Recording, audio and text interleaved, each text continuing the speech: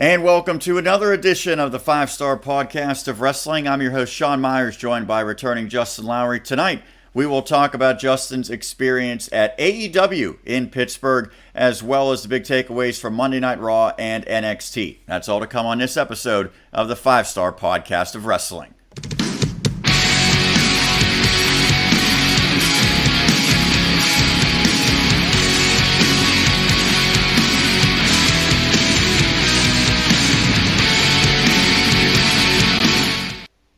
And thank you for tuning in to another episode. I am your host, Sean Meyers, joined by, as I mentioned, Justin Lowery back in the saddle. And Justin, before we get anything else, I wanted to accentuate my facial hair. Do I look like Elias at this point?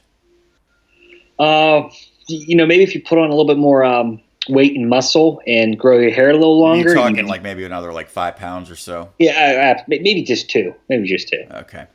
Hopefully sooner rather than later, I will be donning the Elias attire for Halloween. Halloween is upcoming. We'll see what happens over the next couple of days. But I want to talk about what happened over the past couple of days, and in particular last night, because it was a big-time event in Pittsburgh, our hometown.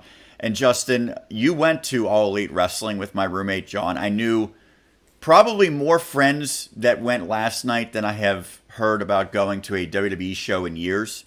And I think there's something behind that, but I want to let you basically have the floor, talk about your takeaways from the show, the entire experience, what you liked, what you didn't like, what ultimately you thought of AEW in person for the first time.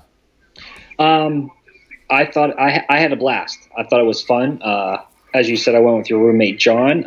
He's a friend of ours, and he also had fun. I actually ran into some guys I went to high school with. So there was people there that I knew. It was a fun time. I will say the building was about 85% full, so it was not a complete sellout. What are we talking about 10,000 capacity there? Because it was not at PPG Paints, which is where WWE runs. It was not at Peterson Event Center on the University of Pitt's campus. Right, which is kind of in between because NXT had gone to Stage AE, which is probably about 3,000 people. Right. I mean, this was probably at least double the size of what NXT drew here. Now, I don't know if NXT could draw more here because they've always gone to Stage AE, which is about 3,000 people. I would say there's probably 7,000 people there, roughly. Right. Was it the right size venue in your estimation? Oh, absolutely. I mean, you can't go bigger because then it's probably half full. Because PPG Paint seats about 17,000. Stage AE, it would have been a complete sellout, but then you're 35 to 4,000 people. They're not there. Bailey's in the picture. Hey, Bailey? Yeah, it's Bailey. He's a little Bailey to belly. But no, it was a blast. It was a fun time. They opened the doors at 6:30. The first match, AEW Dark, went on at 7:30. And then the show, of course, ended at 10, like it does on TV. And then there was two other matches after that. All in all, the show ended probably about 10:45, which is a good time frame. The merch stands, I will say, they only had two, and they were very, very busy. Where at a WWE event, there's a whole lot more merch stands. That's usually every floor at PPG Paints has a couple. Just two, so it was very hard to get to a stand. I did walk over. I didn't buy anything. That wasn't my intention to. I just wanted to see what they had. Nothing specialized for being in Pittsburgh. It was all the stuff that you can get on Pro Wrestling Tees. Right. I would say something that I found negative, since I'm not going to sit here and be 100% positive. Their mic for their promos. It was very hard to hear Cody's promo. The mic was just turned down too low. It was very I feel like hard. that happens a lot anytime I go to a WWE show as well. Is it doesn't come across, the audio doesn't come across as well when you're there as opposed to when you're watching on TV. Even the entrance music for the wrestlers, you could hear it, but it wasn't very loud. It was hard to hear, especially with the crowd. Which I would like to give a shout out to Pittsburgh. I thought the crowd was amazing. I did DVR it, so when I got home, I played it I didn't watch it all the way through. There was just parts I wanted to see how the crowd came across on live TV, and I thought it went pretty well. Me and you went to SmackDown last New Year's. Yeah. It was the New Year's Day episode, and I didn't really think the crowd was all that into it. But clearly at this show, if you're at the AEW show, you're a pretty big wrestling fan. The crowd was hot all night. Even for things where I kind of laughed at. We had an appearance by Diamond Dallas Page. I laughed for all the wrong reasons. I'm like, why the hell is this guy on this show? And legit, I don't know if it came, on TV, but his video, on the Videotron, it was actually him doing yoga. I just started laughing. And the guy next to me actually was a huge AEW fan. He actually went to Chicago and saw All In, and he was there with his son, which I hope they got home safe because Dad was definitely hammered. And I was a little concerned about his 10-year-old boy, but that's besides the fact. But like he was laughing at it too, but he goes, it's still cool. He goes, it's like The Undertaker. And I'm like, well, I don't really care for The Undertaker anymore either. So I'm the wrong person, to talk about this with.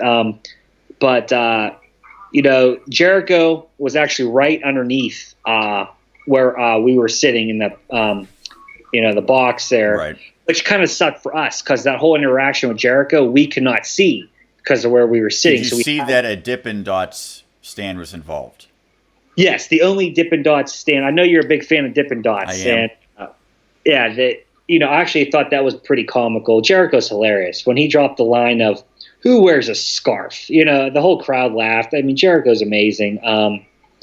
But even during the commercials, there was only one time that it lagged during a commercial break. Any other time I had no idea that they were on commercial. Either there was action or even when Cody Rhodes came out, I noticed on TV they cut to commercial when he was walking down the entrance ramp. A lot of times they do that, the little screen, right? Where they keep it in the corner. Which that happens sometimes, that the whole fight in the alleyway with the Dippin' Dots, that was all done during a commercial break, but there was a screen. Okay. We've seen that on SmackDown. I don't think that's in the cards anymore now that it's on Fox, but I did think, I can tell you, I watch this stuff after the fact. I'm OCD about this, but I do not fast forward when they are showing it, even in the little box. So for me, that it works if you want to get advertisers on there. It tells me nothing special is going to happen. Like nothing, they know they're on commercial break, so nothing serious is going to happen there.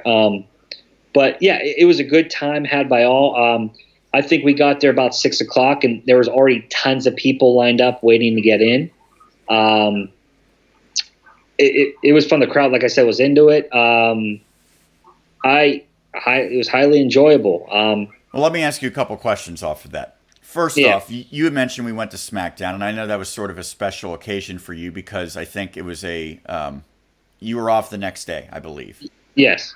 And it was like a holiday version and everything. But in general, you do not go when WWE is in town, whether it be live shows or TV. I'm guessing with both you and a lot of other people, they wanted to go because this is the first time and they wanted to see it. Yeah. Is this something where if they have, 3 or 4 shows here a year with the live tapings on Wednesday, will you continue to go? Personally, probably not. And that's just more of, it's on a Wednesday night. It conflicts with my work schedule. Like you said, I wanted to go. One, it was the first one ever.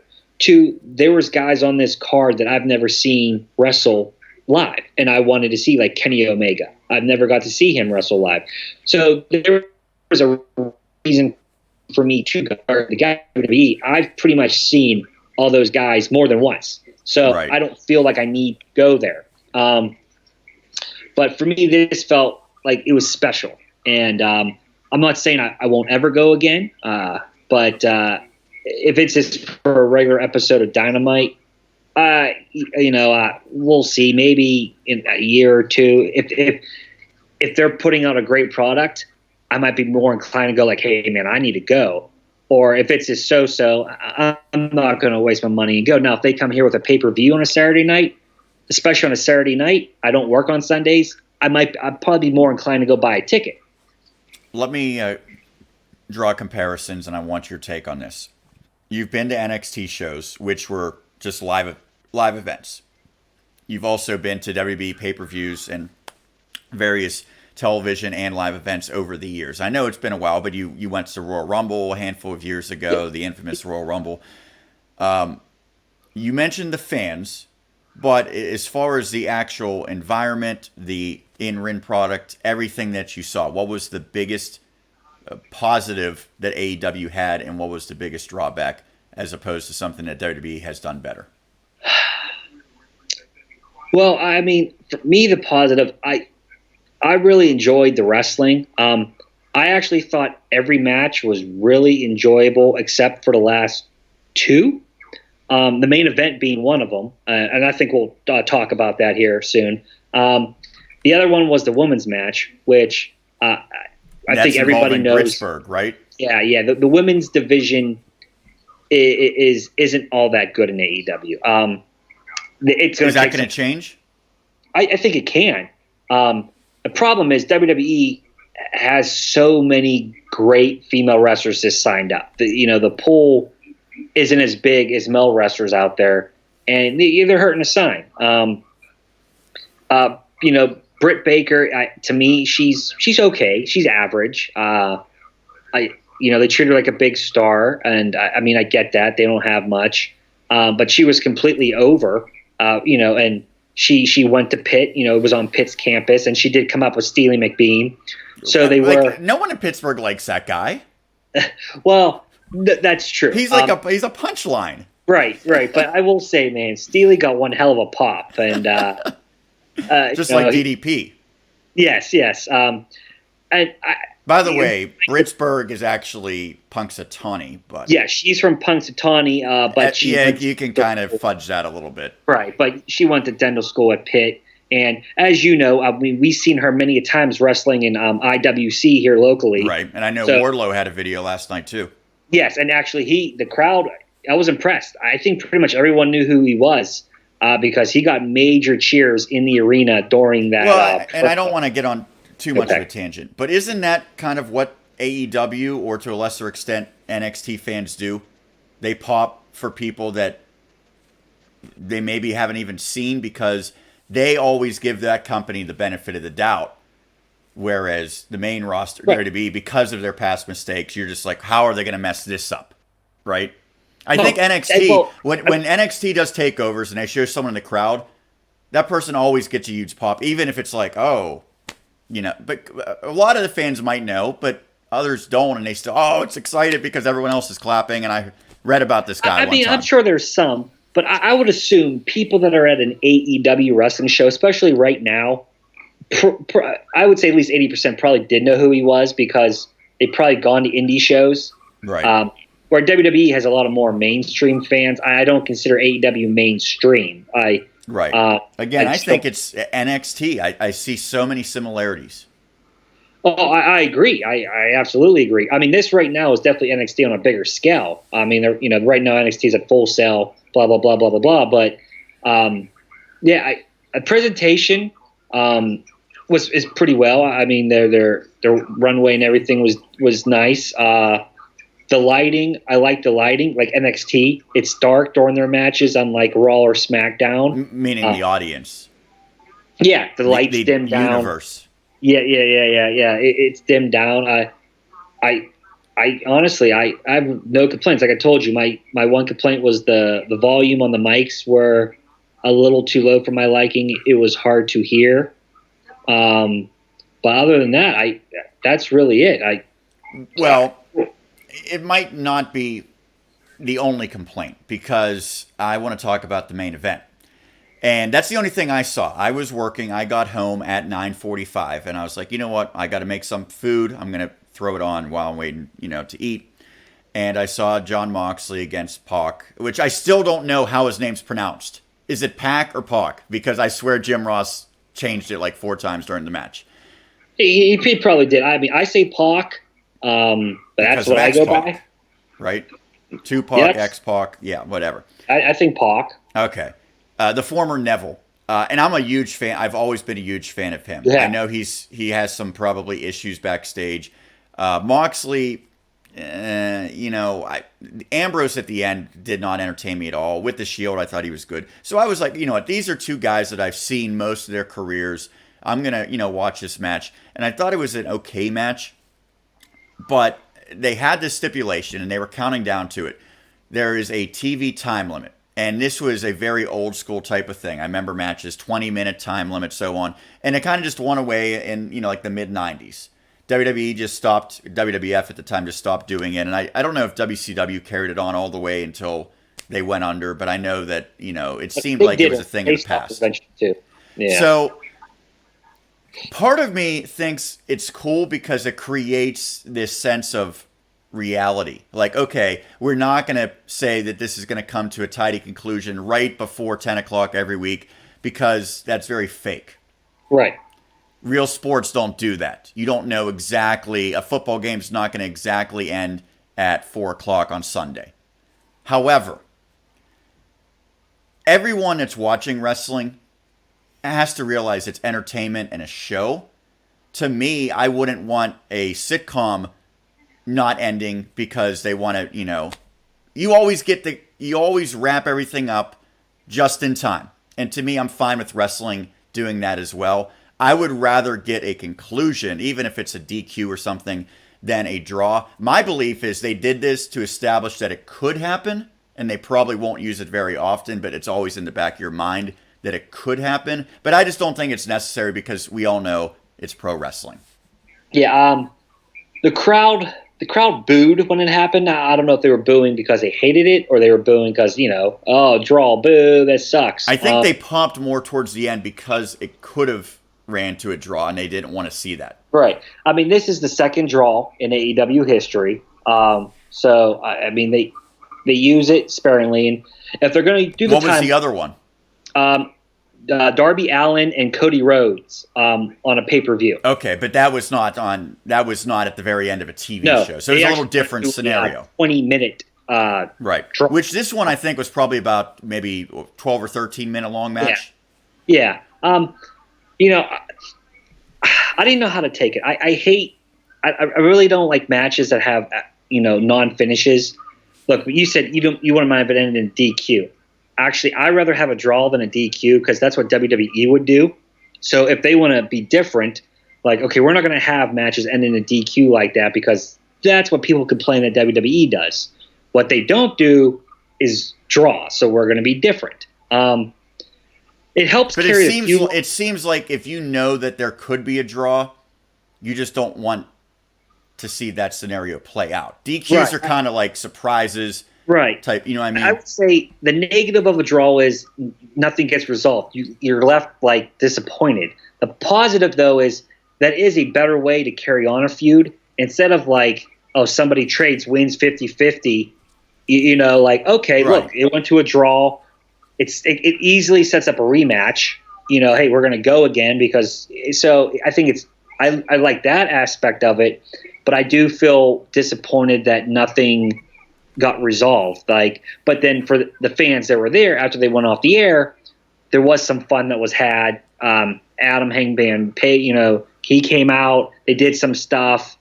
Yeah, Moxley, was beating up all the refs, and there was some comedy in there. So I think for the people there, they ended up after that was all said and done, actually happy. But maybe for the TV audience, they're left like, oh, that's how it ends. Like, damn, but then maybe that'll help you tune in next week. I don't know. We'll have to see how that plays out. Again, I think that they're kind of doing it for the fact that it sets up forever now that could be a possibility, but they don't want to really use it. So I get that part of it. I get, so when I go to see a movie, and that I don't really see movies, but anyway, we'll pretend like I'm a normal person and watches movies. You want to see a movie that's not like too off the wall unrealistic. You want it to be somewhat realistic, but you still understand it's a movie. Yes. That's what I'm saying with pro wrestling is you want it to be somewhat logical, but it doesn't have to be so realistic that you don't get satisfied in the end, which is what I think this outcome was. So again, we'll see how it plays out. To me, that's probably something that they don't want to really do again in the future. I think some fans will be turned off by that. And that's what's so great about takeovers is that you almost always get a true winner, and it's usually a clean winner. Now, that's a pay-per-view, I understand. Right. But it does seem like that's usually what those type of fans really want. So we talk AEW. I do want to talk about Raw, and I know, Justin, you didn't get the chance to really watch Raw, but there were some things. Here's where I'm at with WWE. The draft shows were just awful to me. I thought the first SmackDown on Fox was pretty solid. Then they did the drafts, and I thought that they were just bad. I thought that the drafts were done horribly, and much like I said, AEW, you want it to be realistic. I thought the drafts were very unrealistic.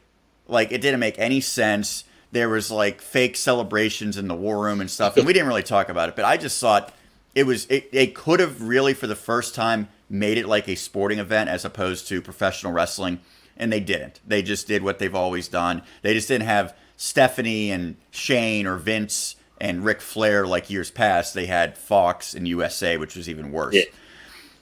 But I think in the wake of the drafts, the shows that have followed last Friday on SmackDown and then Monday on Raw, there's been a lot of good stuff, and it does feel like they're using some new talent, and they're providing ample opportunity for a lot of these great in-ring performers to go out and show that. It's not the same old guys necessarily, but I don't think the fans care. So, like, WWE does have a good show or a couple good shows where they sort of do what fans want. Are they in a spot now that as long as it's under the name of Vince McMahon, people are always going to nitpick and complain? Could be. Here's the thing. Like I told you this. The last Raw and SmackDown that I watched from start to finish was the draft shows.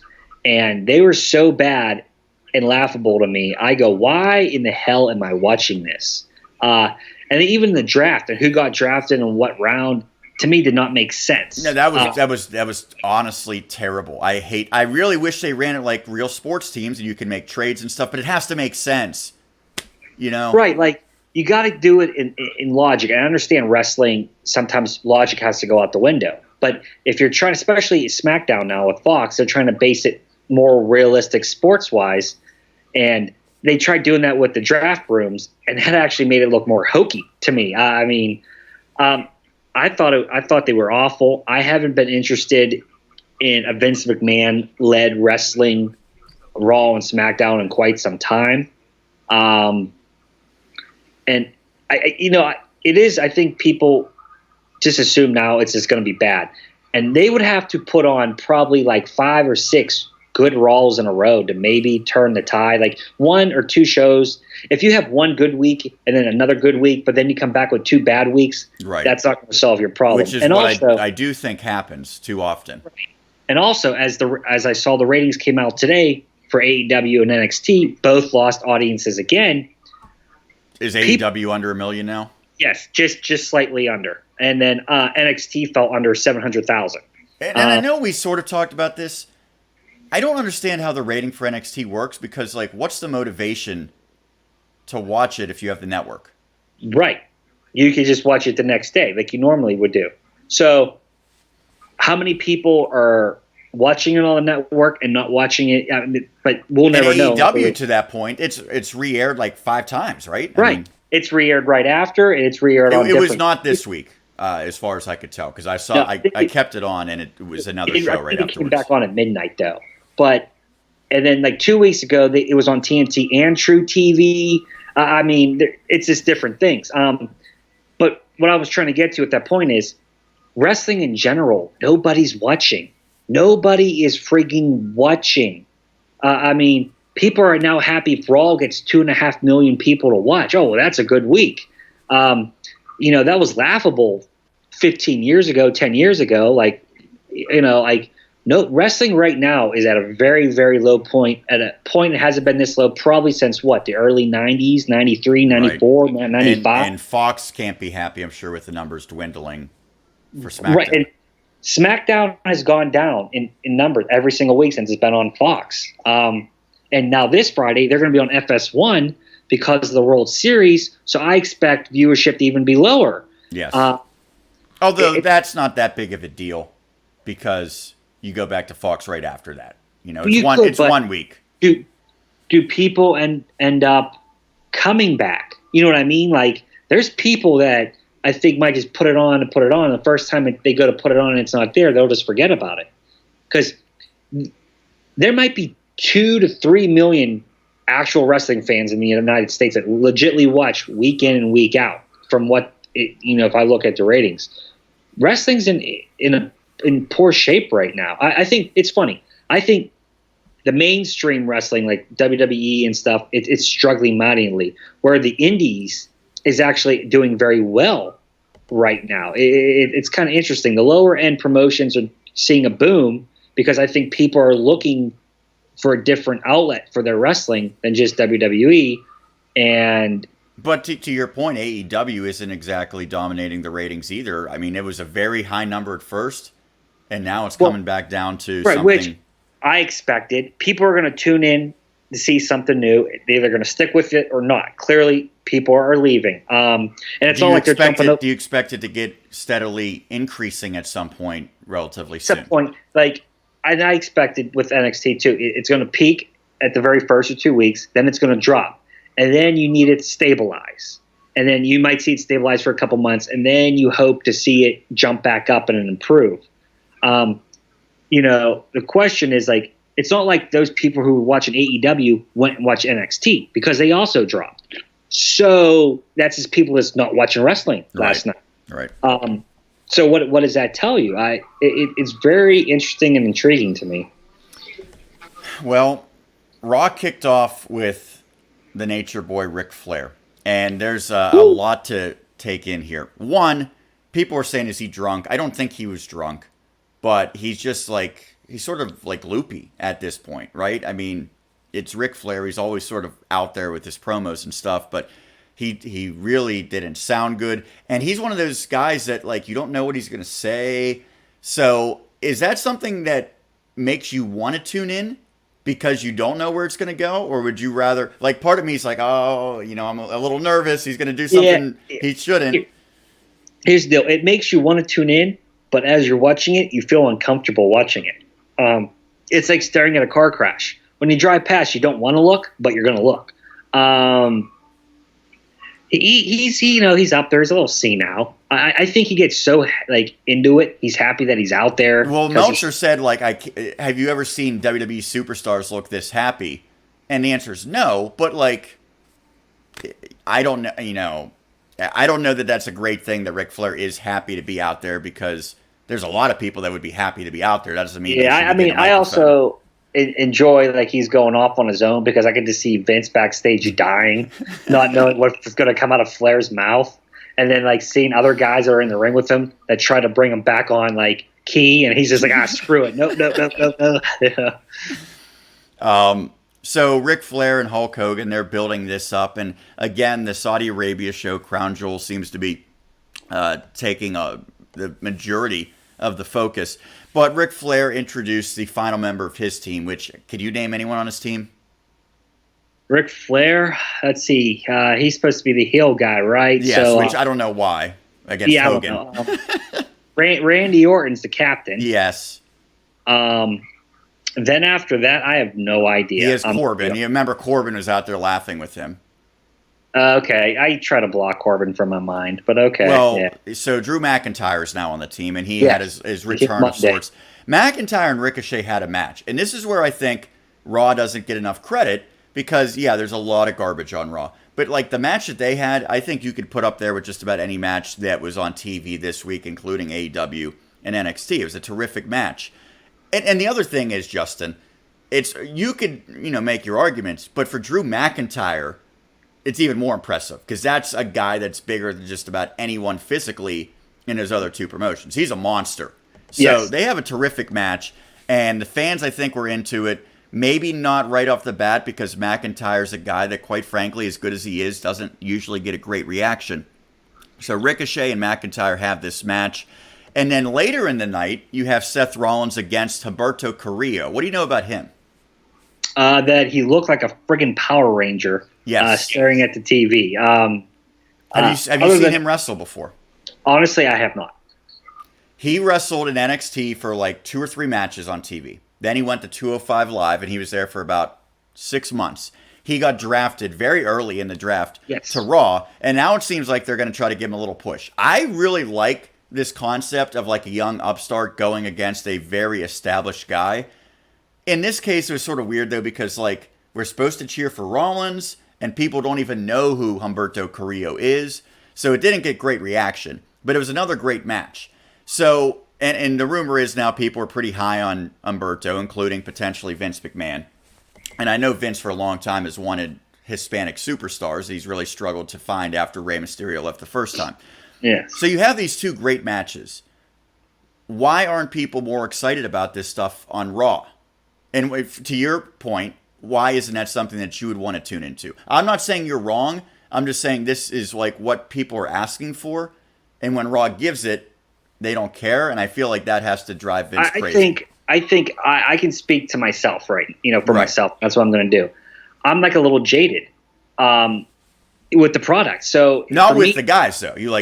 I would think, respect and appreciate most of the in-ring guys. Oh yeah, I'm not. It's not really their fault. Yeah. Like I appreciate a lot of these wrestlers. I would love to watch these guys wrestle. It's just the product and the presentation is just like crap. I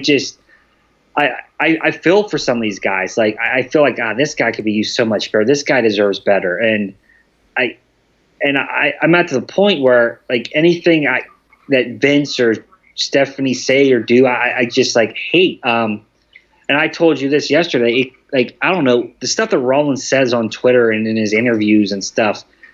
He comes off like he's like a true like D-bag. And Would you want to see him turn heel? Would that get you interested? yeah, because I'm here not to like Rollins. It's funny, like his. It's funny because people were cheering for him as the face instead of Roman, and that sort of turned. Right. Well, it's like, and again, that shows you the problem with the company. Whoever they want to push as the face, it almost like they do something to make you not like him, how they book him, whatever Right. they do.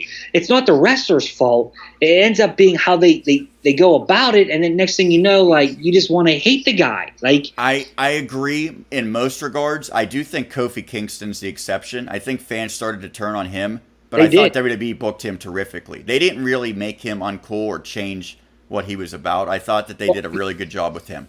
And another one they did pretty well with Daniel Bryan through his whole Well, face. that was lightning in a bottle. That there was no way that they could screw that up because he was so over. Kofi, like, there was a legitimate chance they weren't going to put him in that WrestleMania match. They had to put Daniel Bryan. But that's the thing. There you go. They, like you just said, Daniel Bryan forced them. They didn't want that. It was 2 years ago when Strowman was so over, and they didn't put him over Lesnar. I think he's forever damaged because of it. Even today, they could put him in a high-profile match with a boxer, but he's becoming the friggin' Big Show. Like, you had a chance maybe to have lightning in the bottle with him, and they blew it. I just feel like they always end up blowing it. Do you think Bray Wyatt will be the next example of that? Yes. How many times have they blown it with him? Twice? Is this the third reset with him? But it seemed like this time it was perfectly set up.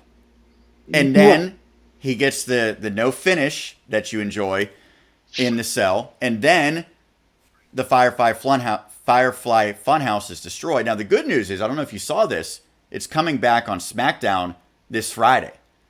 Will it be long-term? I don't know. I felt like when they burned it down, that was to get rid of it, and they maybe saw the backlash from that. Well, the rumor was... Ramblin' Rabbit has to stay. Absolutely. Stay. Well, the rumor was Fox didn't like it and wanted it gone. And that's bad if they're influencing decisions this quickly on something that clearly everyone is behind. Apparently, Fox is influencing a lot for SmackDown. I mean, hell, Eric Bischoff's already been a fall guy for Vince for the ratings dropping so quickly. Well, I don't know that was it or not. I feel like Bischoff, like, do you know a single show that he clearly was behind? I have no idea. It always seemed like, he's not really, he's kind of just waiting his time, he's not fully involved yet, and then he was gone. I don't know that he was fully had his hands on any single show that they produced on SmackDown. That's a good question. I don't think we'll ever really truly know. He wasn't there long enough to do much, I can tell you that. Okay, one final thing. Well, we'll two things. First off, the consensus is WWE has the best in-ring roster it's ever had. WWE has always been more than in-ring performances, however, and Vince has made a very strong point acknowledging that.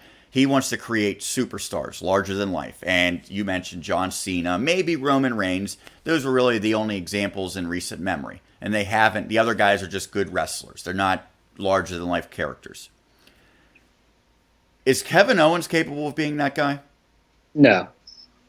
Are you saying no because you don't believe Vince, or you don't think Kevin Owens himself?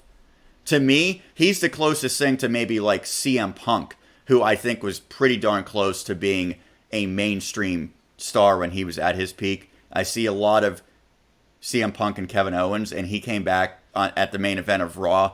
To me, that's the guy that brand should build around. Are they going to, though? I don't know that they will, but I bet if Paul Heyman has a choice, he would say yes. Well, I guess we'll find out how much influence Paul Heyman really has. Can his influence outdo Vince McMahon's votes? I just don't see that. At the end of the day, Vince is going to put his stamp of approval, yes or no, and that's how it's going to go. Kevin Owens was always could be a star, but Vince, from the get-go, never liked his body shape. Because we all know Vince loves the big chiseled guy. And except if it's Braun Strowman. Well, he's still big. He's still huge. Yeah, and like you said, but for whatever reason, Vince just didn't pull a trigger on him, which I'm shocked. Like you said, I don't even think Roman Reigns is a mainstream star. I think Cena was the last true. Roman's close, but he's not that same level. No. Although I will say Cena wasn't that level until he sort of took a part-time schedule. Well, no, I think that's because he took the part-time schedule because Hollywood then wanted him. Right.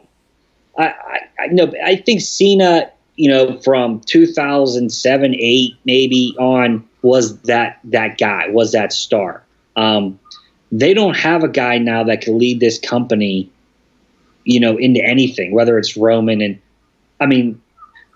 you know how I know that? Because now they're bringing in more MMA guys, more boxing guys. Which doesn't seem like that's registering at all with new fans. Yeah. Right, and because he doesn't have anybody else. And that shows what he thinks of the roster. And there's guys that I think can do it. I mean, Becky's the obvious pick on the women's side, and maybe she's already in that stratosphere. I saw her on an ESPN commercial, and I was like, she's oh, on ESPN. Cool. She's on ESPN commercials all the time. When I'm at the gym and I'm on the treadmill, I'm on for an hour and I have ESPN on. I see Becky Lynch on ESPN more than anybody. With the vending machine one? I see that commercial constantly. And I don't see any other WWE guys or women on any of those commercials. I think Kevin Owens can at least be that level. Oh, he probably can be. I mean, they need to do – at some point, Vince forgot how to build a star. He really did. Right. And I think a lot of that is you got to let the guys do their thing. Don't pigeonhole them. You can't micromanage them. If you give a mic and say there's no script to everyone on the entire roster, Kevin Owens is probably number one, the most anticipated, I would hear. Right. And, he'll like Vince McMahon will come out, do an interview and be like, oh, the wrestlers, I listen to the people. They got to grab the brass ring. Well, shut up. You don't let anybody grab anything. You manipulate everything. He lets Bobby Lashley grab a lot, Justin. I don't know if, I just hate everything and it's just I don't give anything a chance, or I'm just grown up now. That's something that everyone was accepted in 1999. It was part of what people loved. If that was going on during the Attitude Era, I'd probably be like, this is amazing. You want WWE to be different than what they've been doing. That's a 180. That's going to get people talking. That's going to bring in people that, again, your wife or your sister. They'll be more inclined to pay attention to that than Humberto Carrillo against Seth Rollins. So I get why it's being done, but I don't know that that's really working either. Maybe because I know it's not really real, because okay, they're acting their marriage is fine, blah, blah, blah. But I bet if Brandy Rhodes did something with, I don't know, throw a name out there, Hangman Page. Okay. that would be huge in AEW. Well, I would have to see it to see how I would feel. Like I did see it the first time it happened, and I actually felt uncomfortable because there was a lot of tongue there, and I was like, "Whoa, damn, they're going to town," and I just felt uncomfortable. Then I'm like, "Man, Rusev must be really cool." He's like, "Yeah, man, let's do it. Yeah. Put your tongue down my wife's throat. I'm cool with this." Maybe he's into it, Justin. You know what? Hey, maybe he is. For me though, and I just feel like they just forgot to do Raw has forgotten how to do good comedy. Right. I agree. You know, like Vince's brand of comedy now. He's a 70-year-old man who thinks a 12-year-old thinks is funny, and I'm no longer 12. And the poop jokes, the fart jokes, the Shorty Gable jokes, Shorty G. That's and stuff like that. I've changed, and I no longer find that stuff funny or interesting. So hey, maybe there's the 12-year-olds that are watching this program think it's awesome. Lastly, Justin, NXT. Finn Balor, he's a guy that we thought maybe would be the next star on the main roster. Didn't work out there. Maybe again down the road, but for now he seems to be in a pretty good spot in NXT. Do you think NXT continues to improve? Is this something that they need a guy like Finn Balor down there? And is this good for him? Because I kind of look at it I'm not really going to watch him that much because I'm not catching NXT at least for a couple months. But he kind of stands out more down there, doesn't he? He stands out more, but then is that good for him? I don't know. You're being watched in front of 600,000 people instead of 2.5 million people. Right. I mean, that can't be good, right? It feels like he already did everything he needed to the first time in NXT. Right. I mean, is he appreciated there more? I would say absolutely. But now he's playing a heel for the first time since he's come to North America. But I'm pretty awesome. I think that's awesome. I'm good with that. I've seen videos of his heel work in New Japan and elsewhere. He's pretty damn good at it, and I'm actually looking forward to it. I think they wasted the demon gimmick on the main roster for years. They didn't use it properly because I thought that was a license to steal money for children. I mean, with the paint and the shike, you could have did so much with that. But a heel Finn, I love it. I'm interested to see. I would assume that him and Johnny Gargano are going to feud, which that match should be very fun to watch, maybe possibly at War Games. I like it. I would think it would hurt his pocketbook, Right. Probably. But that'll be interesting to monitor. And you have to wonder if Finn does really well and he seems content to stay down there. Maybe you see more guys that end up going down to NXT because NXT's getting just as much TV time now as Fox, SmackDown on Fox. If you really think about it, being seen by less people, which I don't know if that's good or bad. Now, on the other end, or if they go down, you're not on the road as much. I would assume if you're strictly NXT, you're not doing those live Raw, tours and SmackDown tours, right? So it's better on your body, I would think. Right. Maybe it depends on probably how each wrestler looks at it. Well, Justin, a lot of good stuff. I really appreciated your insight for All Elite. Definitely wanted to get you on for that.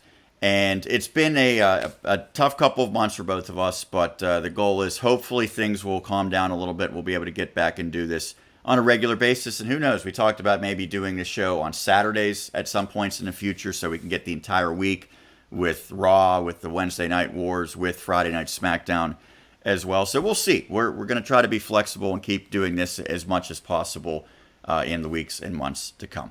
That's going to do it for this edition of the 5-Star Podcast of Wrestling. You could follow us on Twitter, 5-Star Pod Wrestle, on Instagram, 5-Star Podcast of Wrestling. Subscribe to our YouTube channel and turn on your notifications so you find out each and every time we have a new video up.